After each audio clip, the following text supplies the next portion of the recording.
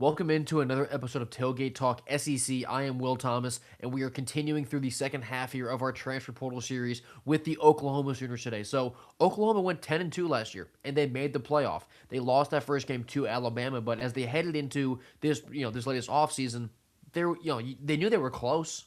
Especially on defense, you had the pieces defensively. You have Venables there calling it. Like, you felt really good there, but there were questions on offense. Can they run the ball ever? We know they had explosiveness, but then how do you guarantee that you can keep scoring points consistently so a game like the Alabama game doesn't happen down in the future? So we'll go through the portal class here. We'll see how they address those needs, and then later on we'll break down their entire roster as a whole. But starting off with who transferred out of Norman, who Oklahoma no longer has this year. One of the guys I was interested to see in Norman, who didn't really pan out, was Giovanni Gibson at receiver. He came in from Arkansas Pine Bluff to Norman. He's 6'2", 211, really a deep ball threat, but he was hurt all of last year. At Arkansas Pine Bluff, it was a ridiculous number of yards per catch. I forget exactly what it was, but he only had 18 grabs last year for 200 yards and a score.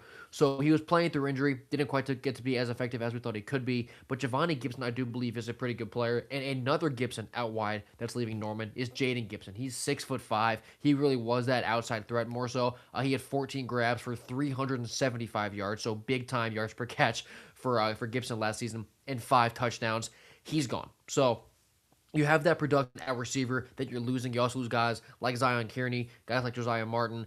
Taylor Tatum at running back was an interesting piece. I want to see how he kind of grew this year, but he won't be at Norman this season. But another notable departure for Oklahoma out of the portal was Michael Hawkins Jr. Now, obviously, he is the quarterback. He was the backup to John Mateer, so he wasn't going to, play this year. But he got action last season when Mateer was banged up. He had that surgery on his throwing hand where he missed some games. So Hawkins came in, and he's a dual threat guy. He obviously needs that passing game to be polished up a little bit. He's at West Virginia now, so even though he's the backup, Hawkins was never going to be the starter this year for Oklahoma. Losing quarterbacks is always something that does need to be addressed. So let's go to who Oklahoma brought in the portal this year, starting off with 2 gains at receiver. First off, Trell Harris from Virginia. He's 6', 200. He was very explosive last season, 59 catches where he was reliable for almost 850 yards and 5 scores. So you know that you have big playability. You have consistent production with those 60 grabs a game.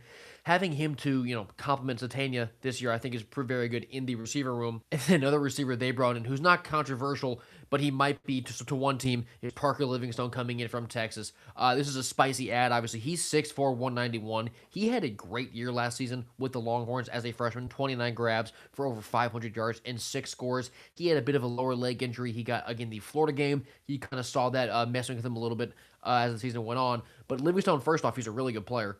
And second of all, you know that he's going to have a chip on his shoulder from the school that he came from the entire season long, wanted to prove them wrong and prove that that the grass was greener for him and that leaving Texas was the right choice, especially with one specific game this year. But another pass catcher that they brought in. First off, best name in the country. It's Rocky Beers, the tight end from Colorado State.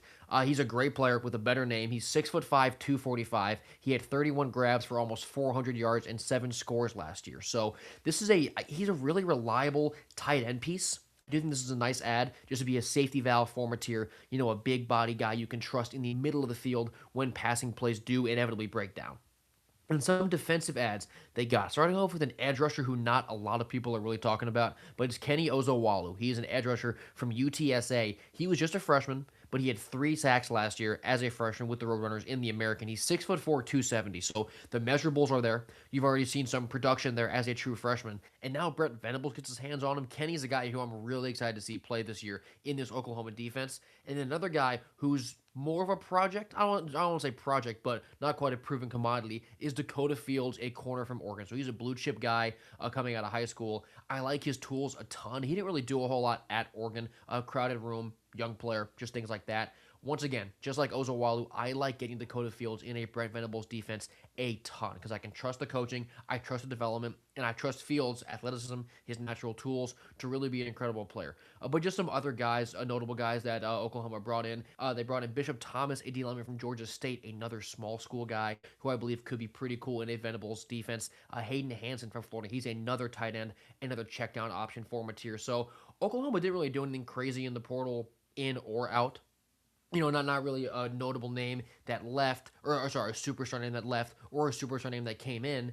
It's just kind of Oklahoma trying to address their specific needs, really try and take care of what the gaps are on their roster because they know that they're really close, if not already there, in terms of being able to really compete in the SEC and in the sport. Won 10 games last year, made the playoff, good season. So then can they build on that with year two with Mateer? Satania is back. They just need to be able to run the ball better at all, and Oklahoma will be much more dangerous. So as the summer continues, we'll get that. We'll get through, the rest of Oklahoma's roster, how they're going to maybe run the ball better. But for right now, we are still chipping away at these transfer portal videos. So if you have been enjoying the series so far and you want to see your team coming up, only have a few left, subscribe to me here. Follow me on Twitter. I'll be doing this and SEC football previews all summer long. So I've got a lot covered for you. I've been Will Thomas, and I will see you next time.